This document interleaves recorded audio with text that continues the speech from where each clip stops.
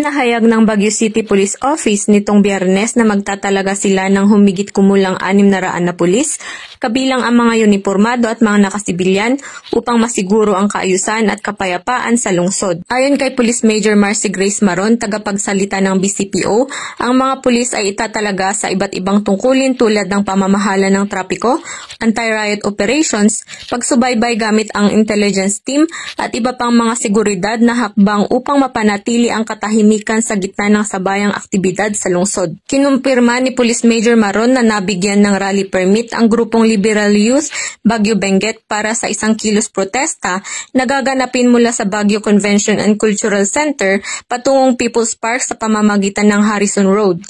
Ang permit ay may takdang oras at ito ay hanggang alas 12 ng tanghali lamang. Bukod sa nasabing rally, magsasabay-sabay rin ang iba pang aktibidad sa lungsod kabilang ang pagsasara ng Session Road bilang bahagi ng Charter Day ng Baguio, ang Unity Walk ng Baguio Benguet Medical Society mula sa Cathedral Church patungong Harrison Road at ang Hari ng Ahon na isang patimpalak sa pagbibisikleta. Sa kabila ng dami ng mga aktibidad, nananatiling positibo ang BCPO na magiging mapayapa ang lahat ng kaganapan.